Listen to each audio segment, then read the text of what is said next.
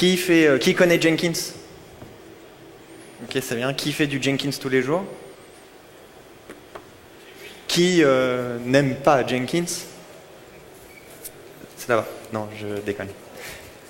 Donc, là, on va vous parler de choses qu'on a vues au fil du temps, qu'on fait avec Jenkins qu'il ne faudrait pas faire. Donc moi, je suis Adrien, je travaille pour CloudBees. Ça fait 4 ans. Je connais Jenkins depuis 2008. J'ai fêté mon 10e anniversaire en début d'année. Ça fait un peu bizarre, mais voilà. Et moi, je suis Damien, je suis chez CloudBees depuis 2 ans, je suis training engineer, donc mon boulot c'est de faire des formations avec des gros slide decks et des exercices pratiques pour nos clients et pour la communauté de Jenkins. Alors, ce qu'on va commencer en général avec Jenkins, c'est déjà l'installer. Alors c'est facile, on va sur le site, on télécharge le war et on lance le fichier war. Tout le monde fait ça, je pense. Qui fait ça? Oh, faut pas avoir honte. Non? Non? Alors, la recommandation, c'est de ne pas utiliser, surtout ne pas utiliser le war par défaut, c'est bien pour expérimenter, mais il y a des façons de le packager, de le déployer, parce qu'il ne suffit pas de lancer l'application, il y a aussi des éléments spécifiques qui peuvent dépendre de votre système d'exploitation. Il faut créer des utilisateurs pour exécuter Jenkins, écrire à certains endroits, créer certains dossiers, gérer le cycle de vie du service. Bref, c'est pour ça qu'il y a des systèmes de packaging, Docker inclus, qui vont vous permettre d'avoir Jenkins, mais pas que, et tout ce qui va autour. Donc c'est une recommandation pour le faire fonctionner, plutôt que de juste le lancer tel quel, comme une simple appli Java en ligne de commande. Du coup, après, on va choisir la version qu'on utilise de Jenkins. Alors, il y a la latest, celle qui est réalisée tous les vendredis. Qui l'utilise? C'est pas mal, c'est bien. Si vous le faites, c'est un problème. Parce que, en fait, vous allez potentiellement avoir des problèmes sur la release, elle n'est pas forcément parfaite. C'est pour ça qu'on appelle ça une latest. Du coup, on va vous recommander plutôt d'utiliser des outils sur apt-get, il y a Madison, logversion sur Yum, etc., pour utiliser une version précise, pour utiliser aussi principalement la LTS en production. La LTS, c'est toutes les 12 semaines. Il y en a normalement 3 releases mineures par LTS, plus si nécessaire. En général, pas nécessaire. La weekly, on va plutôt l'utiliser pour des cas de test. Vous voulez tester une nouvelle fonctionnalité, et ce genre de choses, ou tout simplement pour faire un feedback à la communauté, voter pour la prochaine LTS par exemple, c'est super intéressant pour nous. Mais voilà, donc utilisez la LTS quand vous êtes en production. Super, on a un Jenkins en version LTS, bien fixé. Alors on prend Docker, parce que j'aime bien Docker, voilà, je vous laisse pas le choix. Okay. Et puis je lance mon premier freestyle job, et voilà, la configuration. J'ai besoin de regarder, c'est un job d'administration, puis je vais regarder un petit peu les plugins qui sont installés. Comme ça, j'ai un petit report qui peut tourner toutes les nuits, savoir si quelqu'un a installé un truc dans la nuit pour comparer. Voilà la configuration, donc je regarde 3 dossiers au-dessus, puis je regarde la liste des fichiers en extension .jpi ou .hpi. Voilà, est-ce que ça paraît une bonne idée? Levez la main si ça vous paraît une bonne idée pour lister les plugins dispo sur Jenkins. Ah bon, c'est bien. Alors, ouais, vaut mieux pas essayer de manipuler les éléments dans le Jenkins Home, pour plein de bonnes raisons. Les noms peuvent changer, les arborescences peuvent changer, donc restez bien dans le workspace qui vous est alloué. Il y en a qui ont essayé, ils ont perdu des bras et des jambes, d'accord? Il y a également un autre élément, c'est les agents. Ça peut dépendre de l'agent. Entre une machine Windows et une machine Linux, vous n'aurez pas forcément les mêmes chemins. Donc ne vous basez pas sur un chemin absolu, uniquement sur le chemin relatif à partir du workspace. Là, vous vous dites, ouais, mais c'est pas grave parce que en fait, je fais tout sur le master. Absolument tout. J'utilise pas les agents parce que les agents, c'est le mal. Et je fais tout sur le master. C'est pour ça que je lui ai mis 50 exécuteurs. C'est un gros agent, enfin c'est un gros master, il est bien costaud, il est capable de tout faire, et donc tout se fait sur le master. Même chose, essayez de faire ça sur un job freestyle, et alors vous avez 2 cas. Le cas extrême où en fait vous l'utilisez en Java-Jar et vous lancez ça en route, vous perdez votre serveur. Donc si vous faites des choses dessus à côté, c'est perdu. le meilleur des cas, c'est vous allez vous lancer avec l'utilisateur Jenkins, vous n'avez donc d'accès que sur le Jenkins Home. Là, la chance, c'est que vous ne perdez que le Jenkins Home. Mais vous perdez tout votre Jenkins, quoi. Donc, pareil, utilisation sur le master, le faites pas. C'est vraiment, vraiment, vraiment pas une bonne idée. Et là, vous êtes un petit peu tout seul, quoi. Il n'y a rien qui peut vous sauver. Vous avez fait un RM ou un RF sur votre Jenkins Home, donc voilà, c'est perdu. Hein. Vous n'avez plus que vos yeux pour pleurer. Du coup, utilisez les agents. Alors, vous avez plein de choses. Vous avez des agents éphémères avec EC2, Swarm, Kubernetes, Gcloud, etc., etc. Pour avoir des agents quand vous en avez besoin, il va les créer, ou alors vous utilisez les agents en connexion SSH, vous avez les agents en connexion, JNLP pour Windows et ce genre de choses. C'est pas le mieux, mais bon, ça fonctionne à peu près. Et après, la recommandation, c'est que vous allez avoir un agent par serveur, en mettez pas deux sur le même serveur, il peut y avoir des effets de bord, et d'avoir un exécuteur par corps CPU. C'est une meilleure idée parce que plus vous allez lui mettre d'exécuteurs, plus il va potentiellement exécuter de jobs en parallèle, et donc s'il fait plus de choses qu'il ne peut, bah, vous allez tout ralentir en fait. Donc ça, c'est une bonne recommandation de départ. Après, vous pouvez optimiser, en mettre plus si vous voulez, ce genre de choses, mais principalement, avoir ce genre de configuration, c'est un bon départ. Bon, bah, super, on a mis des agents, on a bien démarré Jenkins. C'est parti. Alors moi je suis le nouveau DevOps Engineer, j'ai le Jenkins de la boîte, on a plein de projets, c'est super bien. On a un dossier par projet, chaque projet a un job pour le build, un pour le deploy, un pour le test. Ils s'appellent les uns les autres, comme ça c'est très clair, on peut bien représenter et voir à tout instant en quel état est l'application. Il y a plusieurs projets dans la boîte, il n'y a pas que ce projet A, on a aussi les projets A, B, C, il y a les trucs d'administration. Parfait, donc j'arrive, j'ai ce bout de Jenkins, on me le présente. Et puis ma première tâche pour ma période d'essai, ça va être de changer une étape dans le build. On build plus avec Maven, on build avec Gradle maintenant. Très bien, bon ben en avant, qu'est-ce que je fais? Je vais commencer à prendre ma pelle, commencer à creuser. Je vais le changer sur un projet, il y a une équipe qui est prête parce qu'ils n'ont pas de livraison en prod, bon je vais travailler avec eux. Enfin c'est une espèce de quête en fait, donc on part, on commence à regarder. Et voilà comment ça va se terminer. Ouais, il y a 3 projets, donc je le change sur un, puis après je copie-colle. Ah oui, mais j'avais oublié ce paramètre dans le projet A. Bon bah très bien, bon bah je vais prendre des notes alors, je vais prendre mes papiers, je vais aller sur la C, entre-temps il y a une mise à jour, on s'en sort pas. En fait, il y a une solution qui existe dans Jenkins, toute prête, built-in.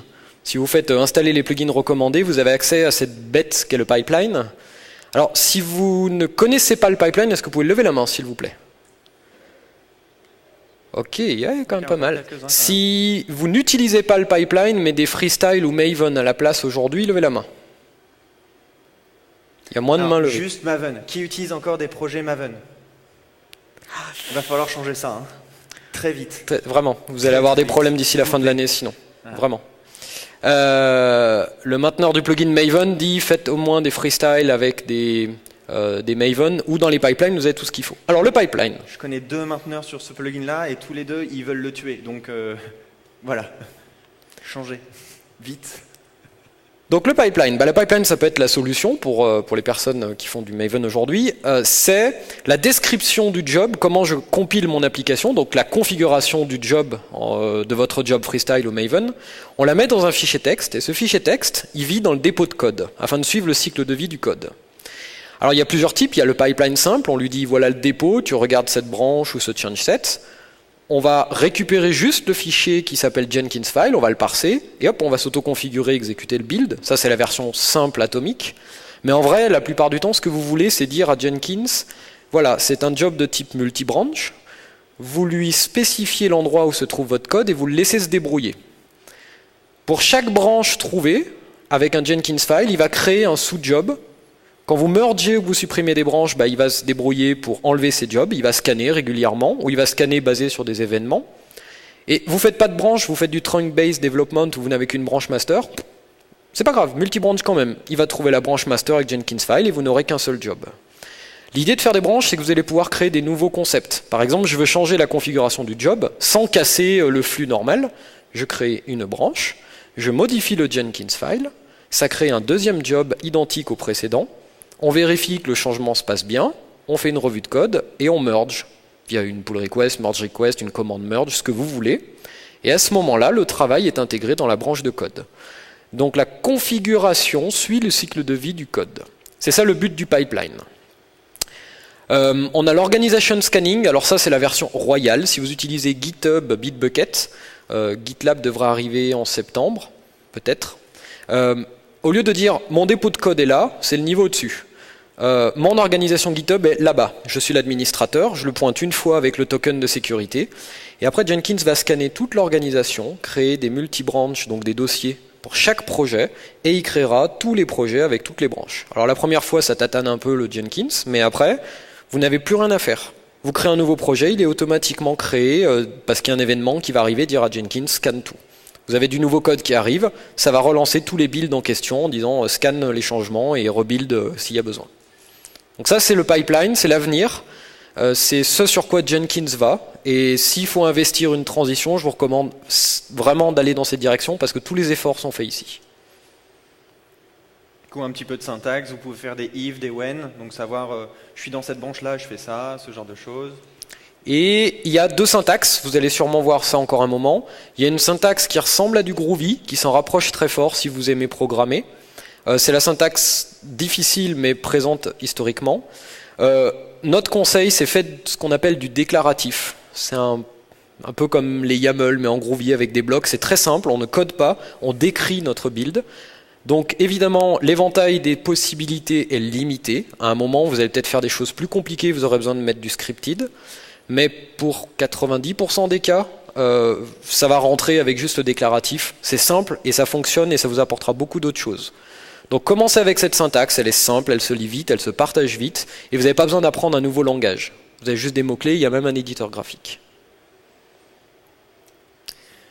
Du coup, on va commencer à faire, à utiliser nos pipelines sur nos projets. Évidemment, il n'y a pas qu'un seul projet, il y en a plein. Chaque projet a plein de branches aussi, et ce genre de choses. Et on peut se retrouver vite à avoir ce problème-là. Parce qu'en fait, on a une équipe qui code beaucoup, ou qui font beaucoup de fixe. Enfin, on sait, je juge pas, hein, ça m'arrive très souvent aussi. Et du coup, on se retrouve avec une tonne de builds comme ça, et on se retrouve avec un Jenkins Home qui est plein. Du coup, là, ouais, c'est pourquoi garder ça? On pourrait se dire, ouais, c'est pour se rappeler il y a 15 jours comment builder, qu'est-ce que ça donnait, ce genre de choses. C'est pas forcément une bonne idée. Vaut mieux, Jenkins n'est pas fait pour garder vos artefacts, il n'est pas fait pour garder vos builds ad vitam aeternam. Donc utilisez les options de suppression d'anciens builds, gardez ce qu'il vous faut pour un sprint si vous faites de l'agile, moi en général je garde une semaine, 15 jours de build, ça suffit bien. Et puis, parce qu'après comme la configuration elle est avec le SCM, si j'ai envie de builder le tag d'il y a 3 mois, bah, c'est pas un problème, Jenkins a la configuration qu'il faut, donc tout va bien. Donc, parfait. On a utilisé la puissance du pipeline pour faire le clean, on décrit ça dans les pipelines, nos développeurs ils savent faire des pull requests ou ils savent à la limite éditer des fichiers texte, c'est plutôt bien. Et on va commencer à... Il y a des jobs, des fois ils cassent, on ne sait pas trop parce qu'on apprend, on veut voir le contenu de ce fameux workspace qu'on a mentionné un peu plus tôt, le dossier alloué dans lequel le build va s'exécuter. Alors ça c'est sur un agent. Alors avec les freestyle et les Maven, c'était facile. Quand on a ce souci, on voulait voir si le fichier était mauvais. On clique sur l'onglet sur le petit menu Workspace à gauche, et puis on parcourt le contenu. Avec les pipelines, c'est pas vraiment ce que vous voulez faire. Les pipelines, ils vous ouvrent de nouvelles possibilités. Notamment, un seul build peut être exécuté sur différentes machines. Exemple typique, je build sur Linux, et après je vais tester en parallèle sur Windows, macOS, Linux. Comment est-ce que ça se passe pour partager un dossier entre toutes ces machines? Alors il y a plein de solutions techniques. En l'occurrence, il n'y a plus ce concept de workspace persistant dans tout le build. Alors, dans mon exemple, je vais builder mon jar ou mon artefact et je vais vouloir le tester à d'autres endroits. Je ne vais pas le rebuilder sur chaque machine. Ce que vous pouvez faire, c'est d'utiliser la nouvelle commande stash on stash, qui va prendre le fichier, le ou les fichiers que vous allez lui spécifier, littéralement les mettre sur étagère, et chacune des étapes plus tard pourra le réutiliser. Comme ça, vous faites la construction une seule fois et vous réutilisez tout le long, en étant sûr qu'il n'y a pas de variation. Alors, il y a aussi la variation archive artifact, c'est la même chose que archiver les artefacts avec les anciens jobs. La grosse différence entre les deux, c'est juste que archive artifact, ça va rester après le build. Quand le build s'arrête, on continue de garder les artefacts sur le Jenkins master. Dans le cas de stash unstash, c'est éphémère. Quand votre build s'arrête, en erreur, annulé, succès, peu importe, tout est nettoyé. C'est uniquement pour la durée d'un seul build. Je mentionne peut-être le external storage, c'est un gros sujet en cours. Alors JEP, Jenkins Enhancement Proposal, c'est des spécifications de changements, d'améliorations, de features qui sont en ligne sur GitHub, accessibles à tous, on peut voter, proposer. C'est pour les cas où on construit des gros artefacts, comme Stash et Archive vont copier sur le master, on fait une copie de l'agent au master, et après quand on unstash, on va recopier de nouveau sur le réseau. Ça ne devrait pas être un problème tant qu'on n'atteint pas plusieurs gigas d'artefacts. Donc si on construit des VM, ça peut commencer à être compliqué. Le external workspace, ça sera une façon de partager entre les agents en implémentant différemment stash on stash. Mais pour le moment, c'est en cours, il n'y a rien de fixé. Donc si vous avez ce genre de problématique, n'hésitez pas à élever votre voix sur le JEP en question. On a besoin de retour utilisateur, c'est une communauté. Du coup, après, j'ai parlé plutôt du Jenkins Home. On peut se retrouver avec ce genre de résultats. Là, on est large, on a encore une disquette de disponible sur le Jenkins Home, donc on doit pouvoir sauvegarder plusieurs artefacts Maven, ou pas. Et en fait, ça, c'est un problème assez récurrent. On s'affole, on trouve la raison. C'est en général ce problème, on va garder, on va en fait avoir accès à tous les artefacts. Donc, même si on a fait le rotator, si on build des VM, c'est un gros problème. Du coup, nous, ce qu'il faut faire, c'est le Jenkins Home, l'enlever du serveur unique, où le service Jenkins est en train de tourner, et le mettre sur un partage réseau. Vous demandez ça à vos ops, vous faites une petite offrande, suivant ce qu'ils consomment, café, coca, ça dépend. Vous refaites une petite offrande, et puis ils vous font ça, ils sont gentils. Ils sont très gentils en général, les ops, faut pas le croire. Et ils vont même pouvoir vous faire des choses comme le disaster recovery, ce genre de pratique. Après, par contre, ils peuvent se plaindre, parce que Jenkins, il écrit quand même pas mal de fichiers, tout est fichier dans Jenkins. Du coup, ils vont se plaindre parce que les plugins, quand Jenkins y démarre, il va essayer de les exploser, et puis ça fait plein de petits fichiers, plein de petites écritures, même si ça sert à rien. Il y a le war aussi qui est explosé, donc c'est un gros problème. Puis tout ce qui est workspace, parce que même si on a dit que vous y avez plus accès, il y a ce dossier-là qui existe sur le master, qui peut y avoir les pipelines sont téléchargés à cet endroit-là et ce genre de choses, donc ça fait pas mal d'écriture. Si ça passe sur le réseau, ils vont commencer à se plaindre. Et en général, ils parlent fort. Du coup, là, il y a des petites options de configuration sur votre Jenkins. Les plugins, vous pouvez les archiver sur un RAM, en RAM. Le WAR, c'est à peu près pareil, ce genre de choses. Donc là, il y a des petites optimisations à faire. Et pour ça, il faut regarder le Jenkins Home, qu'est-ce qu'il fait. Et ça va être les trois dossiers principaux où vous allez pouvoir gagner en perf sur le réseau et pas vous faire taper sur les doigts par vos ops. La sauvegarde, autrement appelé le backup de Schrödinger. On ne connaît son état qu'une fois qu'on essaie de le restaurer. Et en général, il est mort. Alors, est-ce que, si vous faites des sauvegardes de votre Jenkins, levez la main. Ah, 3 ? Je me sens moins seul. Ok. Alors, les backups. Bon. Il faut faire des backups. Le problème des backups, c'est souvent, on dit voilà, c'est une commande, on fait une archive quelque part de ce dossier, comme ça on pourra le retrouver. Le premier problème, c'est comme les bases de données, on n'est pas sûr que tout va être dans un état cohérent au moment où on fait une photographie, un snapshot, donc cette fameuse commande tar, zip, peu importe votre système. Donc la première recommandation, quand vous faites des backups, la première chose, ça peut s'automatiser en ligne de commande ou se faire à la main, peu importe, c'est de mettre Jenkins en mode quiet. Ça veut dire qu'il va empiler les builds et ne pas en lancer tant qu'il est en mode quiet. Ça va vous assurer que l'état est cohérent le temps de faire la sauvegarde. Et ça va éviter le fameux j'essaie de rattraper un truc qui va plus vite que moi. Parce que vous commencez à sauvegarder, mais Jenkins fonctionne, donc en parallèle, il va modifier des états. Donc ce qui va être sauvegardé, c'est un mélange de tous les états. En quiet, vous êtes sûr que c'est comme faire une sauvegarde à froid. Deuxième élément, faites des timestamps, super important. Parce que sinon vous allez vous retrouver sur backup 1, backup 2, backup 3, on a une fenêtre glissante de 3 jours. Ouais, mais ça correspond à quel jour? Et ça, je vous garantis que ça va vous servir, sans compter que le timestamp va vous aider à gérer les time zones si vous travaillez en international. Et alors, la plus grosse recommandation, le grand classique, testez vos backups. Il y a plein de méthodes. Alors, vous ne pouvez pas toujours tout tester à 100%, c'est comme les tests. Mais bon, il y a un super outil qui s'appelle Docker. Alors, tout le monde n'aime pas, mais même on pouvait le faire avant avec des VM. Hein. Vous démarrez une VM, vous mettez votre backup. Dans l'idéal, vous prenez le backup de la veille.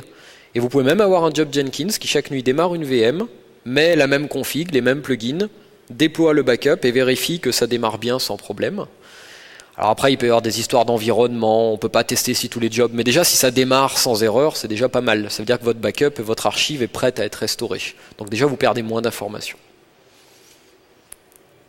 Et après, la grosse problématique, c'est en général, on se retrouve, là on parlait un peu plus tôt, il y a 4 projets en même temps, parce qu'ils ont vu, perçu l'épaule des collègues, que ça marchait bien, ils sont contents, ils veulent la même chose, parce que c'est cool. Et en général, c'est contaminant, donc plus ça va et plus il y a de Jenkins. Ou alors il y a un Jenkins qui n'arrête pas de grossir, et ça c'est une grosse problématique. Fun fact, l'histoire de la compta, c'est vrai, ça existe. Nous, on fait du Continuous Reimbursement Process. Donc notre compta est fait du CD, enfin CI/CD. Ou alors on va avoir une instance qui va commencer à grossir et 104 jobs, en fait, c'est pas un truc sorti de notre imagination.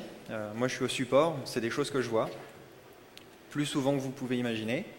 Donc voilà. En général, là, ça commence à mal sentir.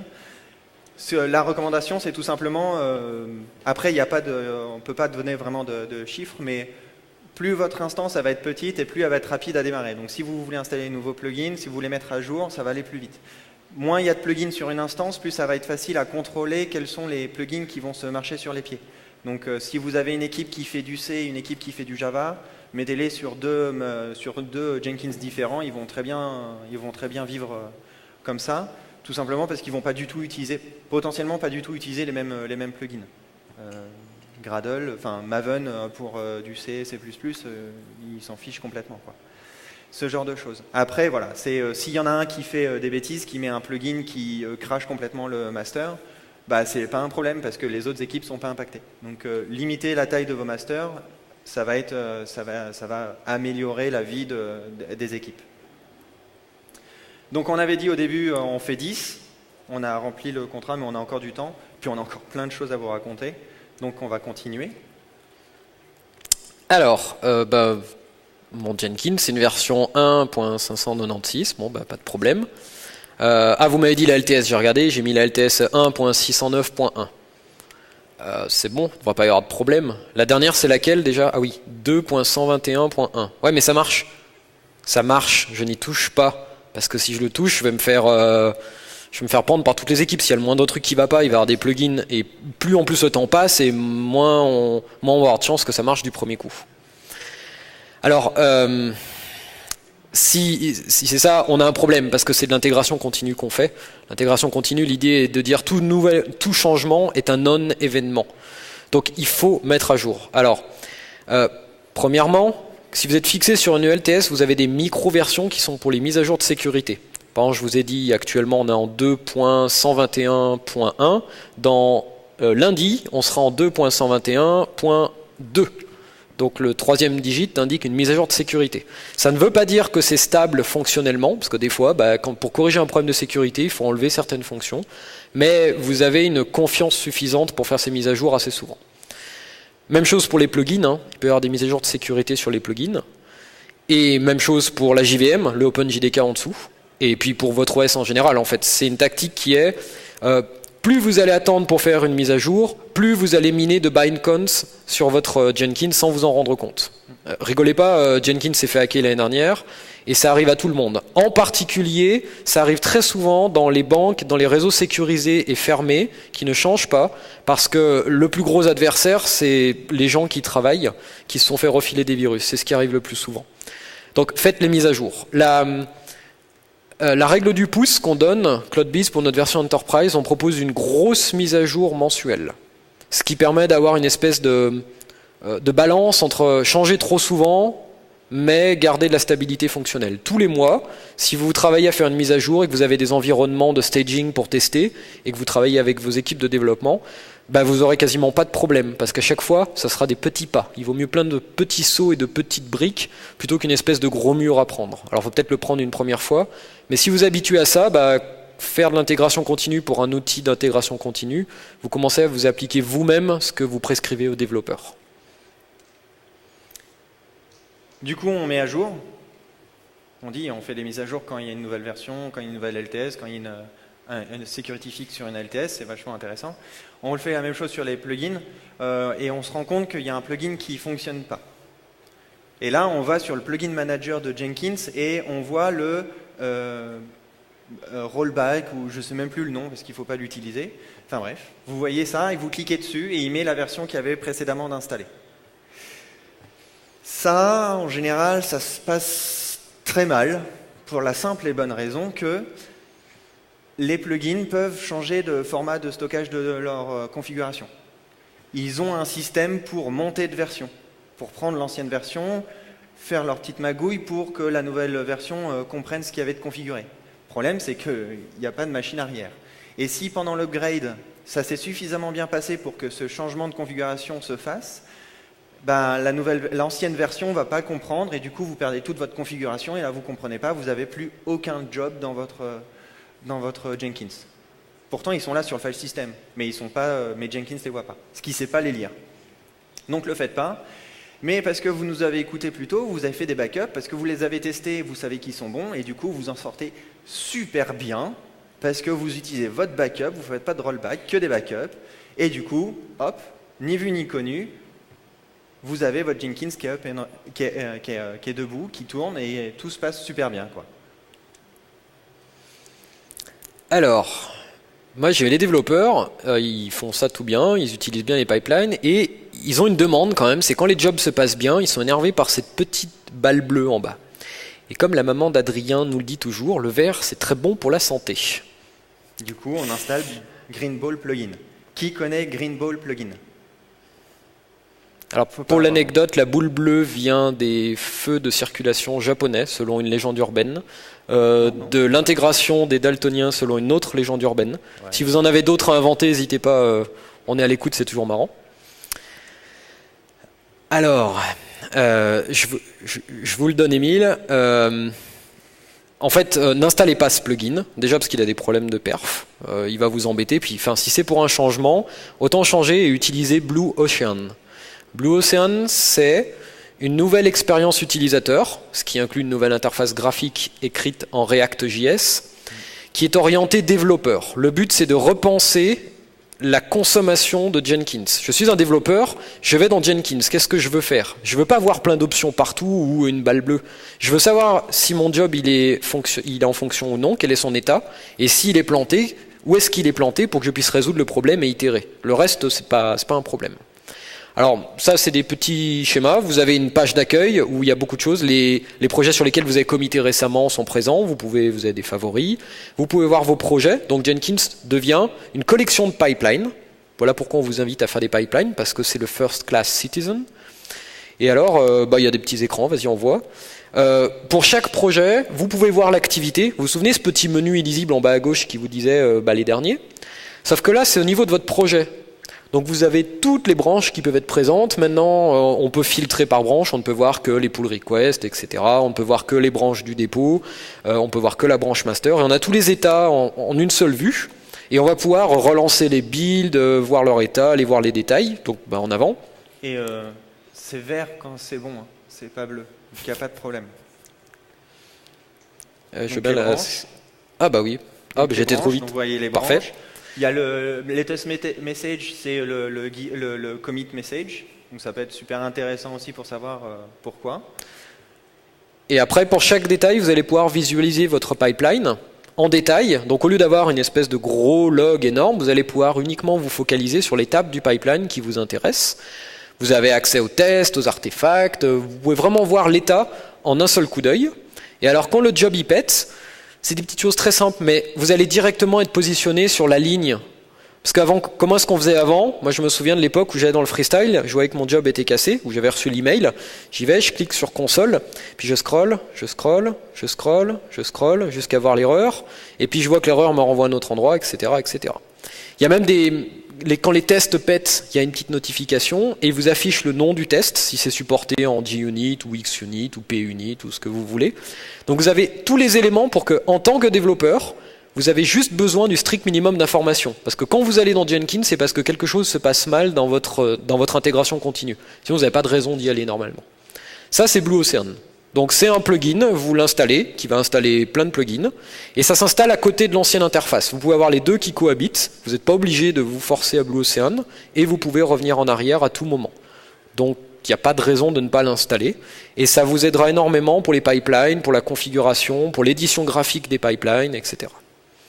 Sachant que vous avez toujours besoin de l'ancienne interface pour l'administration, ce genre de choses. Du coup là, vous commencez un peu à voir la lumière, c'est le nouveau Jenkins. Hein, c'est plus du Jelly tout moche qui se rafraîchit mal, c'est vraiment c'est réactif et tout ça. En général, ça fait plaisir. Après, il y a la gestion des plugins. Alors ça, c'est une discussion qu'on peut avoir avec les admins de Jenkins. On va installer un nouveau plugin, en fait c'est un binaire qu'on va placer dans un dossier. Donc on va faire un curl et puis on va faire un SCP. Ou alors on veut désactiver un plugin parce qu'on a vu qu'il ne marchait pas très bien ou que personne ne l'utilise et du coup on le désactive en faisant ça. Ouais, alors on ne va pas faire ça directement. Pourquoi on ne fait pas ça directement? Tout simplement parce que quand vous faites ça, vous ne gérez pas les dépendances entre plugins.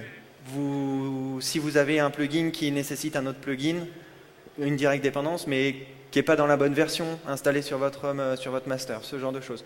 Tout ça, vous ne le gérez pas quand vous faites ces tâches manuelles. Alors que si vous le scriptez et vous utilisez le plugin manager de votre instance, vous allez juste lui dire « je veux installer Blue Ocean » et il va installer les plugins dont Blue Ocean a besoin. Mettre à jour les plugins qui sont nécessaires, ce genre de choses. Donc faites pas ces tâches manuelles, n'allez pas prendre les binaires à la main. C'est en général une très grosse source d'erreur, surtout quand vous voulez désactiver ou supprimer un plugin, ça pose en général énormément de problèmes. C'est comme ça qu'on se retrouve avec une instance qui ne marche pas. Bon, bah très bien, on commence à avoir un truc qui fonctionne plutôt pas mal. Bon, par contre, mes développeurs n'arrêtent pas de se plaindre que Jenkins est lent. Alors, je vais demander de l'aide à Adrien, et Adrien m'a demandé de lui donner les paramètres de ma JVM. Bon, je regarde Oracle.net, documentation, j'extrais ça de mon système, voilà les paramètres. J'alloue 256 MB parce que c'est ce que j'ai vu sur la doc de Jenkins. Je fais du 128 MB de perm gen size, parce que ça a l'air sympa. C'est un truc par défaut, ça représente un tiers, c'est mes habitudes qu'on fait en prod, voilà. On est large.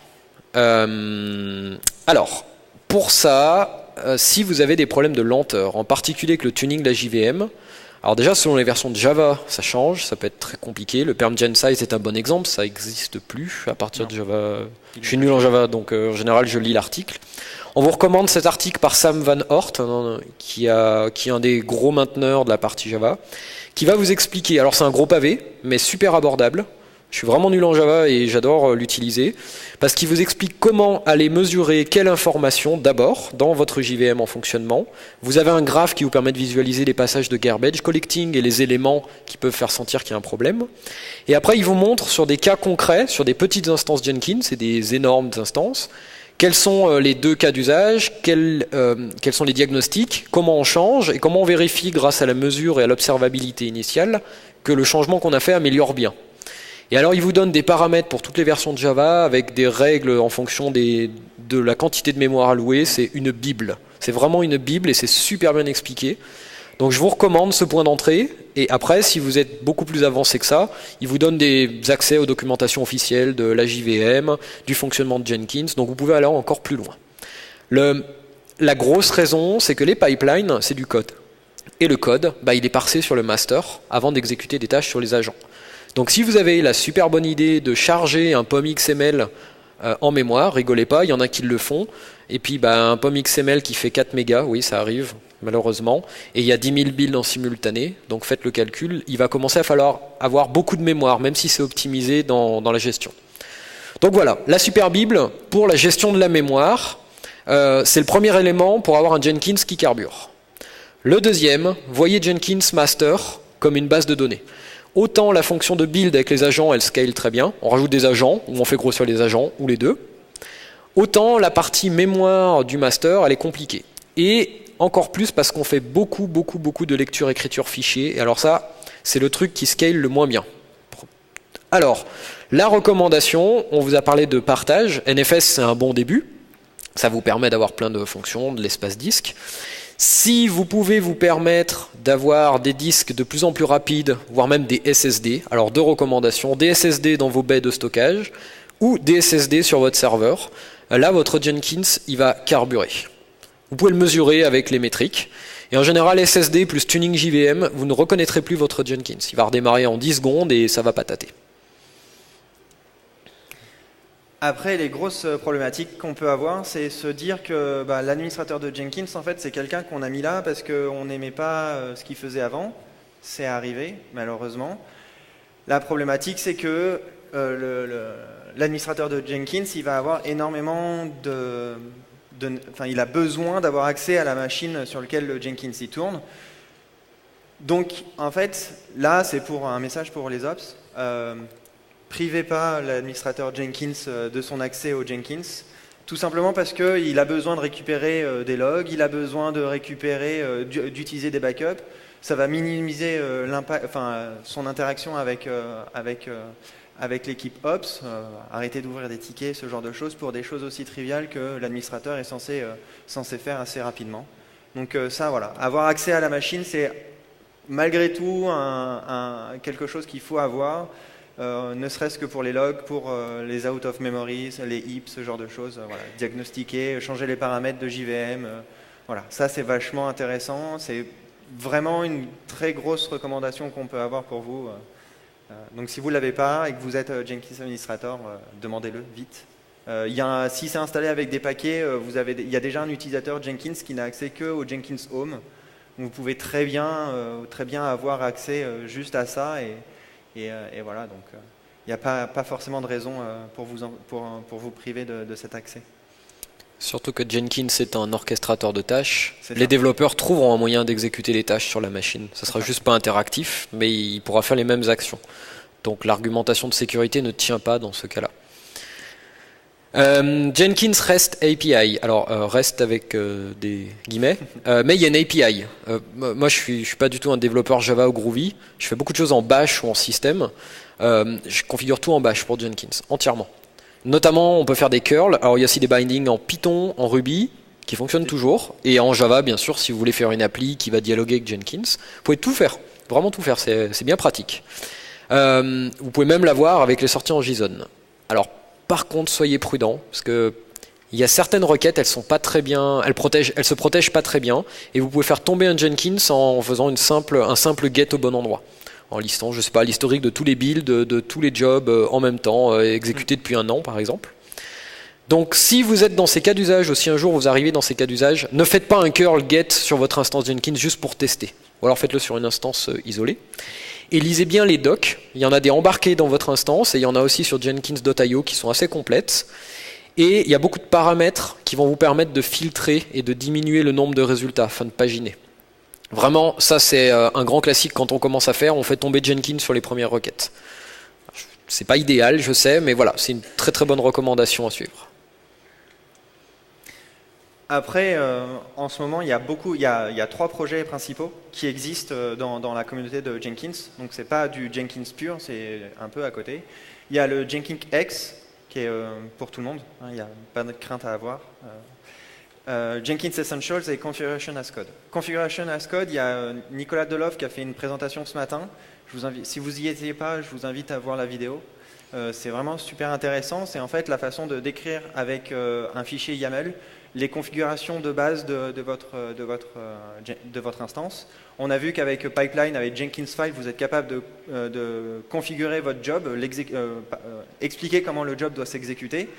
Et là, en fait, c'est la même chose, mais pour les configurations globales de Jenkins. Donc, savoir où est le Docker, où est l'agent Docker, où sont les agents EC2, ce genre de choses.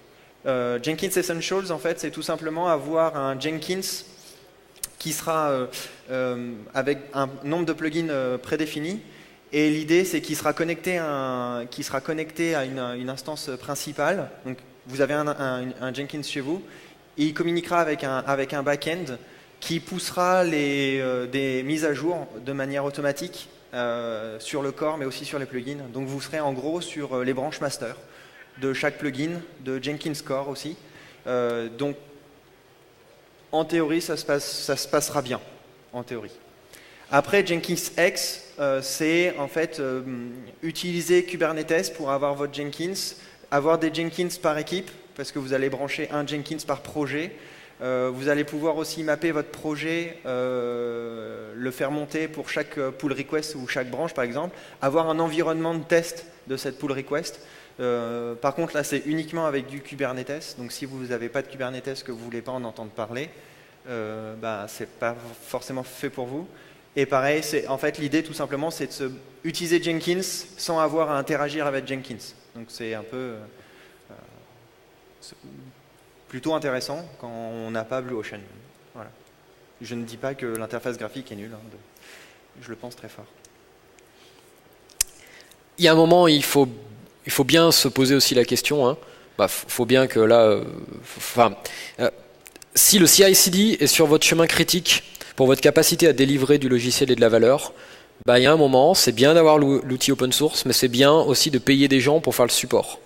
Parce que si vous n'êtes pas en capacité de livrer votre logiciel, si la chaîne de production automobile elle est cassée, elle n'est pas maintenue, s'il n'y a pas de garantie sur les appareils, si c'est critique pour vous, alors c'est générateur de valeur, donc ça vaut le coup de payer quelqu'un pour vous aider, accompagner, voire même tout faire pour vous. Il y a un spectre assez large, tout en restant sur de l'open source. Après, nous, CloudBees, on a des versions Enterprise, évidemment. Et il y a aussi cet aspect-là de quand vous avez un certain nombre d'années à utiliser Jenkins, vous voulez que cette compétence elle soit aussi reconnue. Et dans ce cas-là, il y a des certifications chez nous qui existent, autant pour nos produits, mais pour la version open source. Et donc on en parle tout simplement parce qu'il faut bien qu'on mange. Bien qu'on mange à la fin du mois, on va pas se mentir. Et qu'on vienne à des conférences pour vous voir. Donc ça fait partie des deux choses qu'il faut y réfléchir aussi, autant le support que les certifications. Donc je sais, 42, on n'est pas très fort en maths, ça devrait être 21. La communauté. Levez la main si vous avez déjà eu des frustrations avec Jenkins qui vous donnent envie de retourner votre bureau. Ah, si peu. Je suis franchement content. Alors, c'est une communauté. Vous faites partie de la communauté. Les contributeurs, c'est pas juste les gens comme Kosuke qui codent le core Java de Jenkins ou même qui maintiennent un plugin. Les contributeurs, c'est toute personne qui apporte quelque chose d'utile. Et pour ça, vraiment, participez. On peut que vous recommander ça. Vous avez un problème avec Jenkins, s'il vous plaît, ouvrez un ticket. Vous avez un cas d'usage qui n'est pas rempli par Jenkins, où il y a un truc qui vous paraît complètement fou, complètement pas pratique, ouvrez un ticket et décrivez votre cas d'usage. Ça va permettre de partager la connaissance de quel problème vous avez, comment vous essayez de le résoudre. Des fois, on vous dira résolvez autrement, parce que regardez, et là, ah oui. Mais des fois, ça sera ah ouais, on n'avait pas pensé à ça. Et ça arrive beaucoup plus souvent que vous ne le pensez. Donc ouvrez des tickets, vous devenez des contributeurs. Vous voyez des bugs, ouvrez des tickets s'il vous plaît.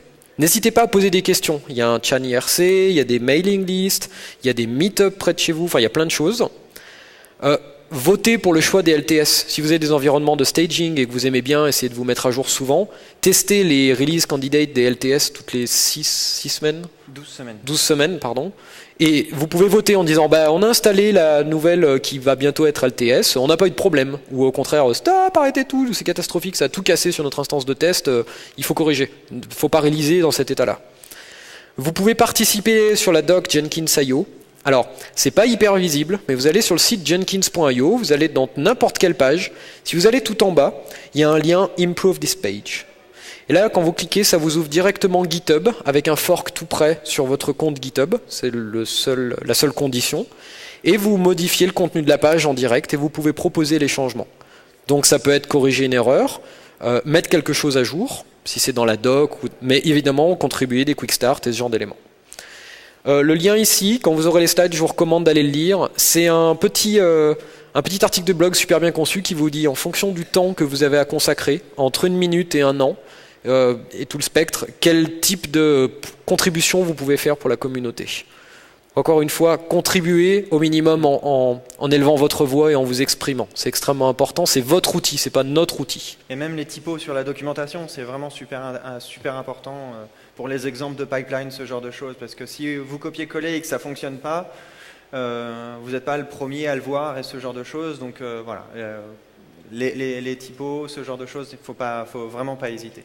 Après, il y a tout ce qui est aussi les événements. Donc si vous avez un jam à côté de vous, donc Jenkins Area Meetup, allez-y, proposez des sujets, dites comment vous utilisez Jenkins, ce genre de choses, dites pourquoi aussi vous n'aimez pas Jenkins, si jamais c'est le cas.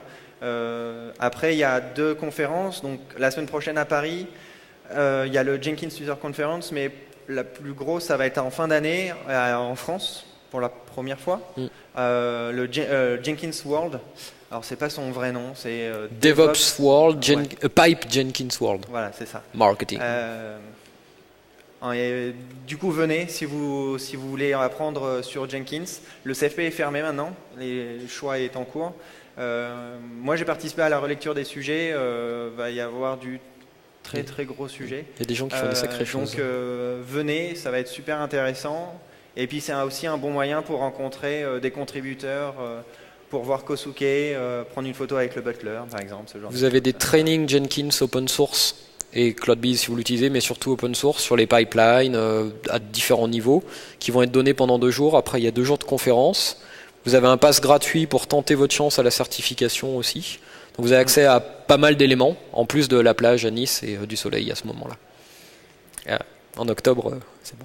Et surtout, n'oubliez pas, en fait, c'est en échouant que vous apprenez énormément de choses. Donc, restez pas sur un échec. Parlez à la communauté si un plugin ne fonctionne pas. Et posez des questions. Interagissez avec nous. Il y a vraiment... on ferme jamais la porte. On va jamais vous claquer la porte au nez.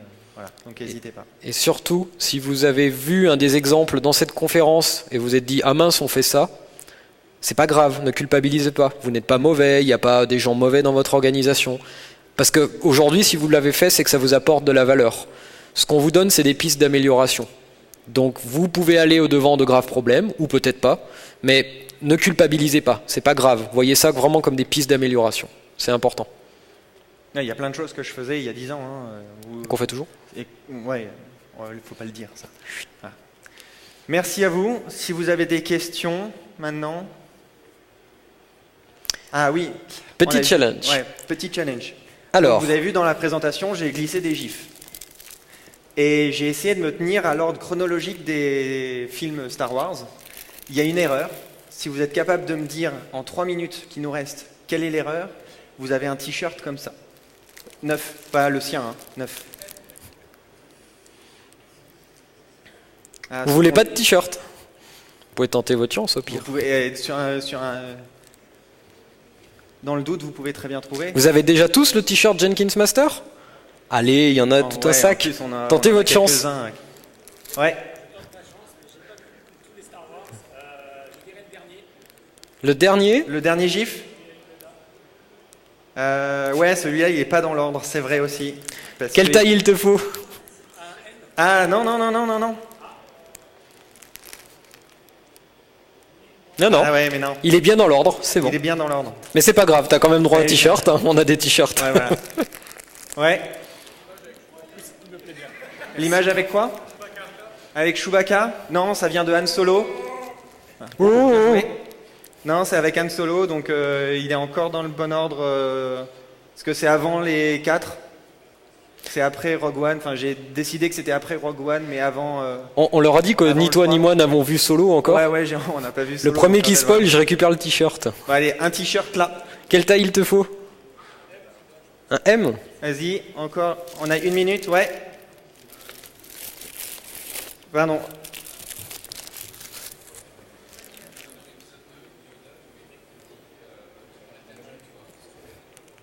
Celui-là n'est pas dans l'ordre. Je me suis trompé sur celui-là parce que c'est pas la réponse que j'attendais en fait. Donc... Et levez la main si vous avez des questions sur la présentation, parce qu'on essaie de les esquiver quand même discrètement, l'air de rien, tranquillement, mais est-ce que vous avez des questions ? Non, ça il vient de Clone Wars. Donc il est bien après celui-là et il est bien avant celui-là.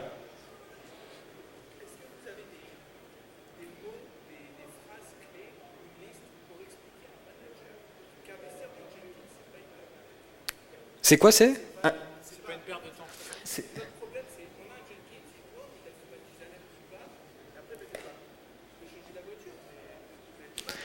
Donc je répète la question pour la caméra. Est-ce que l'on a des phrases ou des mots-clés ou des aides afin d'argumenter auprès d'un manager pour dire il y a une valeur à investir dans Jenkins, du temps, de l'énergie, de l'infrastructure? La réponse est très simple, c'est le concept même clé du CI, c'est de dire si je fabrique une application, elle crée de la valeur, c'est comme ça qu'on gagne de l'argent, donc notre capacité à livrer cette application, c'est le centre de notre chaîne de production.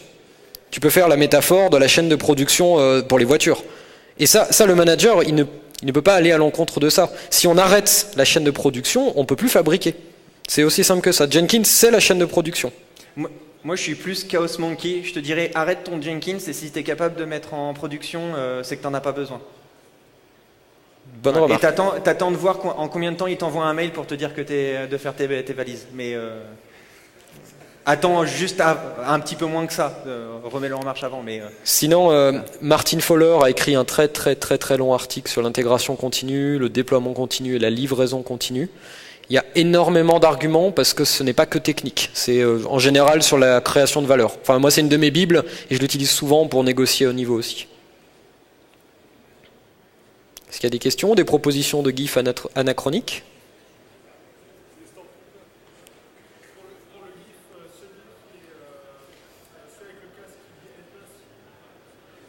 Celui avec le casque, j'ai mis un truc avec un casque.